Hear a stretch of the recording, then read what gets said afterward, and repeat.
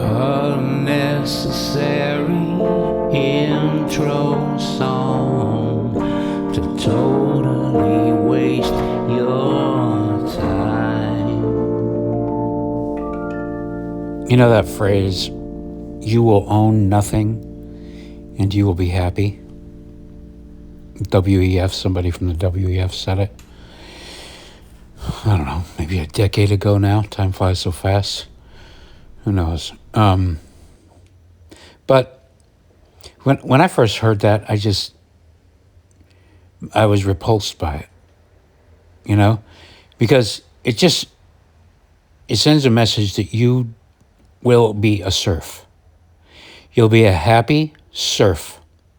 You'll be a happy little slave who is taken care of by your masters at the WEF, the UN, or whatever.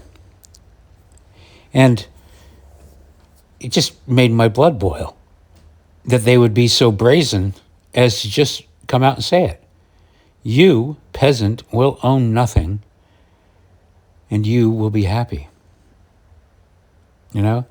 It's one of those things, and it just keeps coming up every time a policy comes around, and you see this fight over ownership and whether or not you own your car. If you have to have a subscription, you buy your car, but you have to have a subscription. If you don't have a subscription, it stops working. And just all these devices that now have to sign into a cloud. It's preposterous. It's a move towards that. Of course, there's a resistance. Louis Rossman and a bunch of other people are leading the charge to, right of repair and ownership things. But it doesn't seem to be really working because people are still doing it. They're marching forward into this you will own nothing thing. I mean, they pretend to sell you something, but really you're just renting it, And it's maddening. I try not to buy anything that's like that. But I do have a lot of things. Like I have my Wise cameras, They can record locally, but I have to use the app, and they can disable my app, They can just decide, no, we're not going to update it anymore. And maybe I can just use it or whatever, but as soon as my phone breaks, and forget it, the cameras don't work anymore. Or you'll have to figure out a way to make it work. They're able to break it from a distance. That's the part that's maddening. From a distance, somebody can break your thing, or you can agree to let them break a thing. I've done this before, like even when you with your phone, if you have checked on an iPhone to offload unused apps, which seems like a perfectly reasonable thing to do to free up space. You download a bunch of apps and you try to use them and they don't work, and you forget to delete them right away, and so they just clog up your thing. But then you say, no, you go ahead and offload it if I'm not using it. But I had an app a long time ago that I loved. I just stopped using it for a while, right? But it was a go-to app of mine. It was this little silly thing that would change your voice into a harmony, and a very simple thing to use. It was, I had it on my iPhone 4, for crying out loud, a long time ago. And it was just a fun little, no other piece of gear. There's a lot of little pieces of gear you can use to achieve the same thing. But anyway, the point was, I liked it. I wasn't using it. It offloaded automatically, but now it's no longer in the store. It's no longer in the App Store. I can't even download an old version of it. I can't transfer it. I've got it on an old phone. It still works on my old phone, right? But on my newer phone that I offloaded it from, it doesn't work anymore. Somebody could say, well, it still works on your old thing or whatever. But just as somebody can yank functionality, part of the reason why I bought a new phone is that my old apps will work on my new phone. So if you take them off, and then it doesn't work, and my phone no longer has the same functionality. It's just insane that we allow people to break our things from a distance. It works, it works, it works. Oh, now it doesn't work because we made a decision. You see this online all the time about people that bought a bunch of movies from a service. You purchase the movies, purchase or rent, different price. $10 to purchase, $2 to rent. I'm going to pay the $10 because I'm old and I believe in owning things. So these people buy these things, but then the service goes under and they no longer have access to any of their stuff that they bought. So they didn't own it at all. They never did own it. Anyway, it drives you crazy. But what that does is really bring you back to just taxes, property taxes. This whole idea, it's almost like they're just admitting what has always been the case, to varying degrees. You don't own anything. You don't own your car. You don't own your house. You don't own any of your property, because if you don't pay the rental service, which is the government, if you don't pay the mob what they think you owe, if you don't, even though you paid cash for your car, every year you have to pay taxes and registration. And if you don't, they take it. In other words, you don't own it. So where does this happiness come in?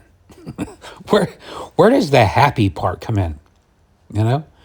That stuff is maddening. It's absolutely maddening to have to pay for things you already own. Pay taxes on top of taxes on top of taxes on top of taxes. Plus, you used to be able to say, well, that's the government. The government's evil. But then these private companies are doing it, and somehow it's legal. I don't know. Again, in my world, there's no such thing as fine print. There is no fine print. There is no checking a box to agree to 5,000 words, 10,000 words in agreement. There's none of that, There's simple to read agreements. There's good faith only. No trickery. Fine print is already trickery. As soon as you say fine print, you're already saying, I'm trying to trick you. I'm trying to make it inconvenient. And legalese, that's writing things so that you can't understand it, making it hard to understand, making it frustrating to understand it. So just click agree. Just click agree. That should be illegal. In fact, people that put that click to agree thing should be taken out and executed. This is the kind of benevolent king I would be.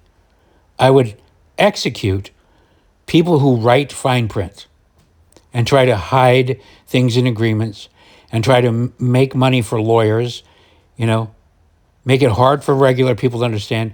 Anything that tricks somebody into a thing, and we all know it, there would be no more of this stuff. Well, you should have read it. You shouldn't have clicked agree. You shouldn't have done that.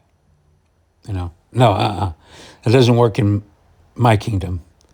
In my kingdom, you don't get to say that. You don't get to brag about taking advantage of a sucker, aka a regular person who doesn't want to read through 5 volumes of the Bible to use an app that changes their voice into a harmony. You don't get to do that. But anyway, so I got to be fair about certain things too, because that's the one hand. On the other hand, I've been using tools for the last couple of years that I don't own. And I am happy about it. I have to fight my almost boomers are cutoff date for boomers was 64. I was born in 67, but I'm Generation X, very beginning of it. But my Generation X inclinations to own things, I have to fight, because using these AI services, like these music ones for sure, the video ones too, where what you're really doing is it takes incredible amount of processing power to create these little AI songs, these little, I hate saying AI songs. First of all, there's no such thing as an AI song. There's a song that a person makes and they either thumbs up it or thumbs down it. They either say, yes, I present this to you as a work that I created out of my own initiative, you know, or I say thumbs down. This either represents me yes or represents me no. AI just simply doesn't, just like a gun never shoots somebody by itself. It doesn't have legs. It doesn't go around pointing itself at people. Neither does AI. So there's no such thing as an AI song, right? But the tools used to make them, like the difference is in piano, I've got a big piano, right? But I can have software versions of pianos too. You know, you can buy a smaller keyboard, and this has been around forever, where you can select this ever since samplers came out. I mean, as soon as samplers came out in they came out in the late 70s, but they became consumer viable in the mid 80s. That's when a regular person can go to the music store and buy one, and I did. Went right away, and suddenly I could have a piano, a saxophone, 50 billion drums, a tons of every electronic piano, synthesizers, everything crammed into one little box, you know? So this is nothing new. And people complaining back then, oh, samplers, it's not a real piano. Okay, anyway. It's the difference between having 20 pianos, 50 pianos, and one piano. I like having one piano, but having access to 50 is pretty amazing. But I don't own all the pianos. I just own the software, I guess, right? But that's what we're talking about. You don't own the software. So I've been using Suno. Just a year ago, I used a number of different AI services to make the videos that went around that I released, and some of them got somewhat popular and some of them didn't, you know. But all those tools, technology is advancing so quickly. The services that I used then don't even exist really anymore. They got bought by this person, that one closed down, this one got replaced by that. The competition is so fierce that weekly, things change. And what's interesting is that these services are subscription services, and everybody, pretty much everybody, if you watch people using it, they say don't buy a year subscription to this, because hell, even if you buy a month subscription, by next month, by halfway through this month, you might be wanting to use a different service. And so this is the other side of the argument. I'm absolutely blown away that I can do what I'm able to do. I've spent the last 2 weeks, because Suno finally came out with this thing. The thing that I've been wanting them to come out with, they finally did, which means that you can upload your own recording of you, right, singing your song, and ask it to add instruments to that recording. It's literally called add instrument. That's what I've been wanting. And so it'll add, it's like you're going into your band with your little guitar and saying, here's my song, here's the chart, now play along with me, drummer, whatever. But you can do whatever kind of band you want. You can go a country band, reggae band, ska band, electronic band, you name it. And it's like they all just play along with you. And your vocals, I mean, not to get too far into it, they replace your vocals with something that kind of sounds like you. But anyway, you port it back over into another software thing, and you leave your original vocals on top of it. And voila, you've got a full band production to your exact song at the exact same tempo. It matches, the file matches right up with your original one, so it all locks in. And it's absolutely incredible. Like, I'm telling you, I've been doing 1 or 2 songs a day, full productions.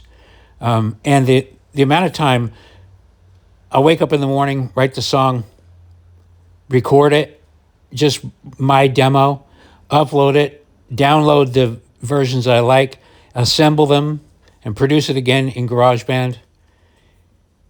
And I've got productions that are better than any of the productions I've ever made in my life. You know, just absolutely amazing. Like, I don't have access to live orchestras, you know, and I wouldn't want to. I don't want to go into a building and hire an orchestra and conduct them. I'm not interested in that, telling people what to do and all that shit. I'm not, you know, wrangling cats, you know. I don't like doing that. But anyway, now I get this version of it that sounds just as good or better because without the pain and the headache of dealing with all their people and the paychecks and all that shit. And I get it done. And I'm doing it for $10 a month on Suno. So there's not this magic box. I can't buy a little magic Suno box, right? And have a Suno box that will last forever. And if there were, and if it was $100 or $200 or even $1,000, I might buy it and keep it forever. But things are getting better all the time, you know? And it's like, let's say I've got a friend, Joe. Hi, Joe, if you're listening to this. I had a discussion with him. He's also as excited about AI stuff as I am. And he went and bought a really fast computer, not a Mac computer, but I had a conversation with him because it's my Generation X temptation to own something is so strong, and I just like gadgets anyway, that I've considered buying a fast computer so I can do it all offline. I don't have to worry about online censorship. You know, companies, they say, okay, you can make a song, but we don't want you to say f-.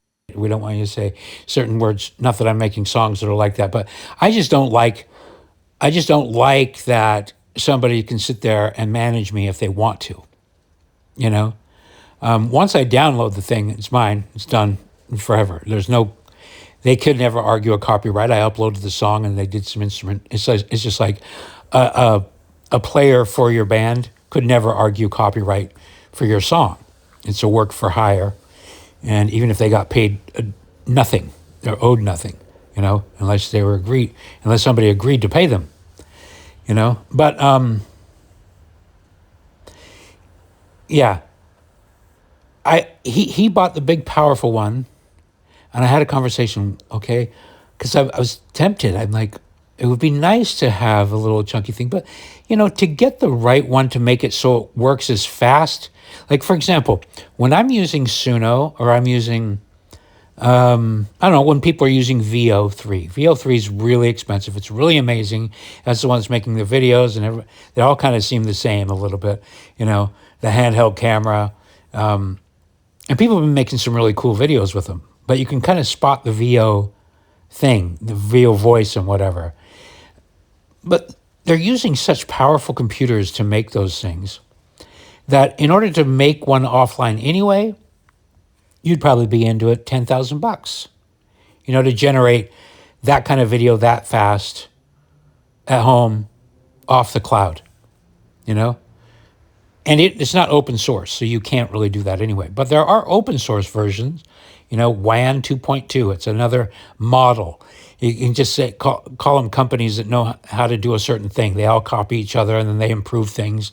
And open source is when, you know, it just means that anybody can use it and they can adapt the code and you can download it and you can use it offline.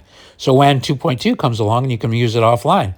They haven't come out with a really good music one to do it offline yet. And Suno still seems to be the best.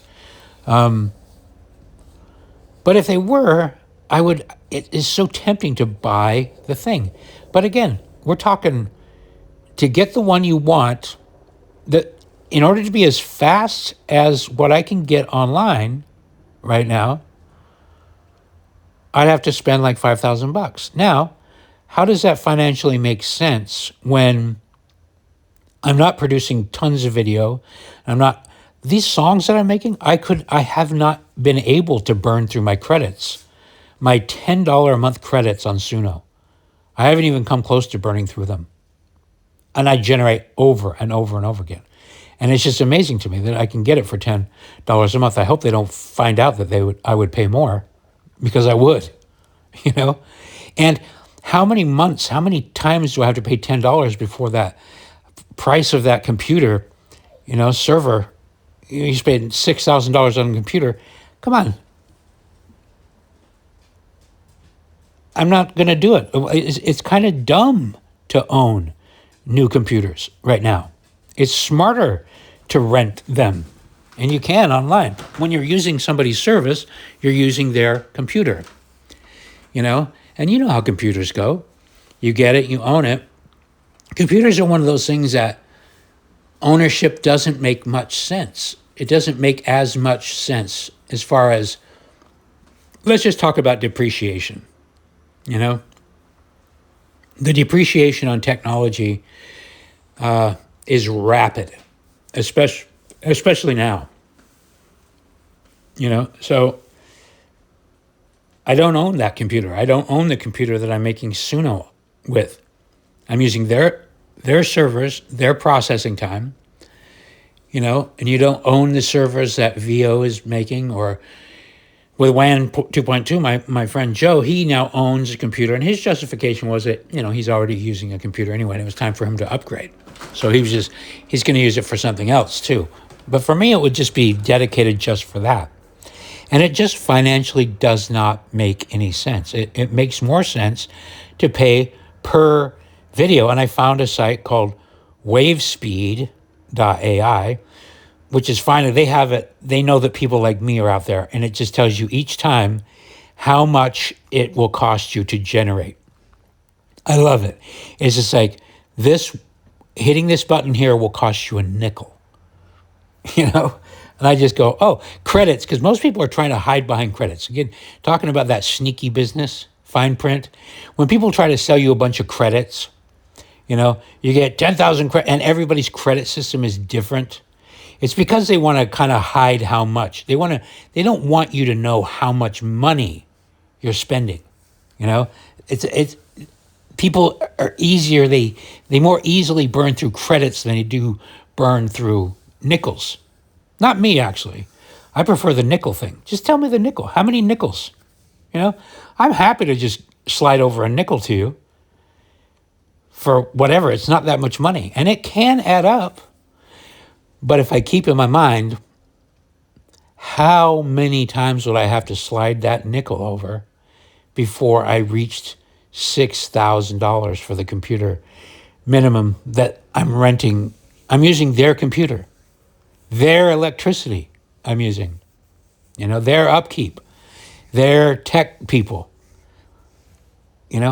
nickel, here's my nickel, here's my nickel, here's my nickel. VO videos are $1. Now I'm a little bit more frugal with my dollar, but if I was really producing something and if I really had a commercial interest in it, I could just do a budget because I could go, oh, okay, because back when I was doing videos and stuff for people, I would budget in buying a new camera or renting a camera, and you could spend a lot of money. You could spend $10,000, or you could, your fee for making a video or a photo shoot would be $10,000, but that would include a whole bunch of shit, equipment and stuff. It's so much cheaper, really, but it's hard to get your brain around the not owning something. So even with the most expensive model, VO, I think it actually sometimes in some services is like $2 and $3 per 6-second or 8-second generation. So each video, 8 seconds of video, and you go, okay, 3-minute video. Still, to produce a high quality music video, even when you're spending $1 a pop, and let's say the ratio of usable stuff is only 1 in 20, I don't know what the math is, but let's say you spend $1,000, to make a video. That's still so cheap compared to the old days. It's like insane. You can make $1 million video for $1,000 or $100, because again, VO is currently the leader, but WAN 2.2 is just as good to me. It's almost just as amazing. And depending on what you're using it for, it's even better, you know? And that's a nickel for each one. So you can do a video for, and let me just tell you, if you hook up multiple subscriptions, a lot of these places will give you free credits for whatever. And if you have multiple accounts, you could do it all for free. It's just kind of a pain in the ass. And it's just sometimes better to find like wave speed and go, here's your nickel, here's your nickel, here's your nickel, here's your nickel, here's your nickel. And do I own anything? Well, I own the video, I guess, right? Doesn't weigh anything. It's on my hard drive, which weighs something. But I'm happy. So that kind of annoys me. It kind of annoys me that I don't own the equipment, but I'm happy. I guess I own my laptop. But again, my laptop's just my interface. It's just the way that I communicate with their servers, you know? So I'm kind of happy about that. It's one of those few scenarios where I have to say, God damn it, they're right about at least that one. Well, they're not right, because the phrase is you'll own nothing and you'll be happy. That's an extreme thing. What I do own, I own my Rhodes, I own my ukulele, I own my guitars, I own my piano. You know? Do I need to own them? Do those things make me happy? Kinda, yeah. I get a lot of pleasure and joy from just playing that damn ukulele. Just, playing the piano. I love it. Anyway, I'm going off track a little bit. But you can kind of see how that idea with them works. And let's just here's the problem. Is like an automobile depreciates so much. If you go out and buy a brand new automobile, if you're one of those people that has to go out and buy a brand new automobile and own it, there are probably, you can't not see the logic behind ride-sharing things. There's always the what if. This is like, yeah, they can turn it off at any moment, blah, blah, blah. But even if you own a car, okay? I own too many cars, right? But they're operated with gas. And again, I don't own them because if I don't pay my taxes, here comes the tow truck, boom, they take it. Can't drive it anywhere. Can't even put it on public roads without registration. So I don't own it. I'm renting. I pay the mob so that I can use things that they pretend like I own. But, I'm just trying to talk about the mentality, the old school mentality of believing that you own things. Like it's like, I'll never own an electric car because they could turn it off. And I don't like that. I don't want to have an electric car that Elon Musk or anybody else, any evildoer could steer me off a cliff or just make it not work from afar, track everywhere I'm going. I don't want to own a car like that. I really don't. But when it comes down to it, if you were to, anyway, the way to do that would just be to make one that doesn't have to communicate with service, right? But let's just go for your average person. It kind of makes sense, especially if you live in a city, it makes sense to not own a car. It just does. It's cheaper to just have a car come and pick you up and take you somewhere, especially if you're not a person that drives a lot anyway. Your little $8, $9 a ride is rarely going to add up to the amount of a car payment that you would make. And even if it did, that depreciation on your car, all the tickets you're going to get from the car, the space you're going to have to use to park the car, the garage, all that stuff, plus the car is going to get old and the maintenance when it breaks down, all those other costs just kind of go bye-bye if you don't own the car and you just rent it as you go.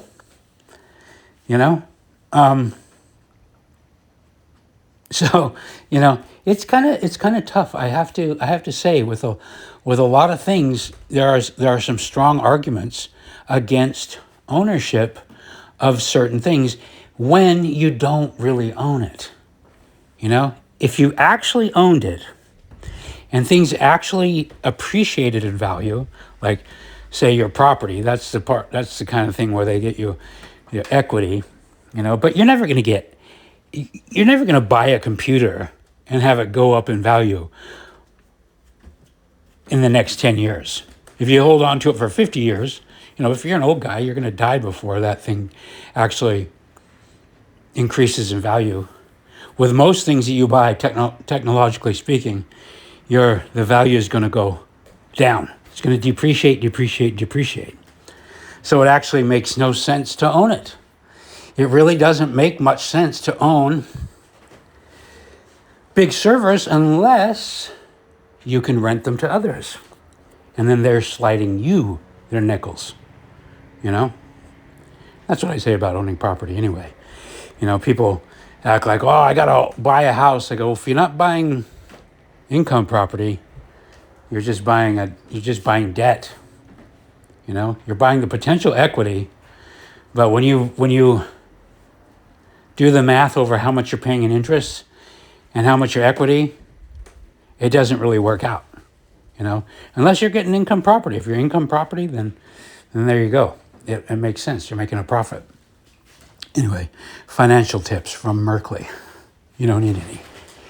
But point is I am happy about.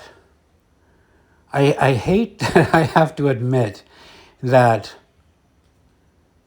there is something really glorious about just being able to pay a small fee for a service that's absolutely amazing, and then end of transaction. You don't need to be saddled around. I don't have to carry that gear anymore. I don't have to protect that gear anymore. There's this tremendous thing. And I guess when you get older, you kind of want to start getting rid of shit.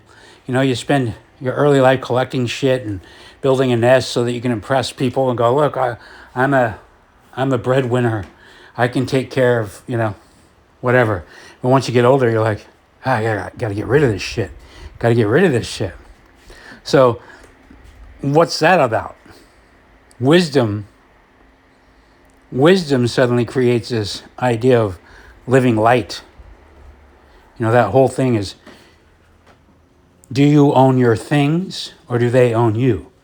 And I think there's a lot of wisdom in the idea that your things own you, right? I supposedly own my house, but would I be here if I didn't own it? Or would I be somewhere else? I would probably be somewhere else. But I'm so complacent and lazy about selling it, it kind of owns me. My possessions own me, Hell, these pigeons kind of own me. I think about moving, where would I go? Oh, back to Utah, maybe to Texas, something like that. Anyway, just far away from communists as I can get. But I think, oh man, but what about the pigeons? I know these guys, Anyway, life is good no matter what. I mean, you'll own nothing and be happy is kind of, it still pisses me off. I just hate that phrase. It's just so snarky.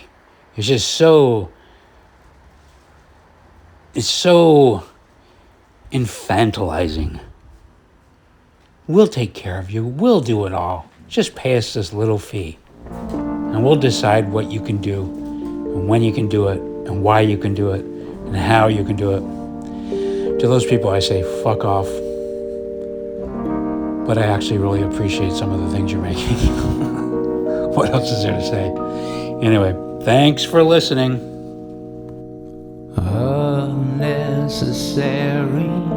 outro song to totally waste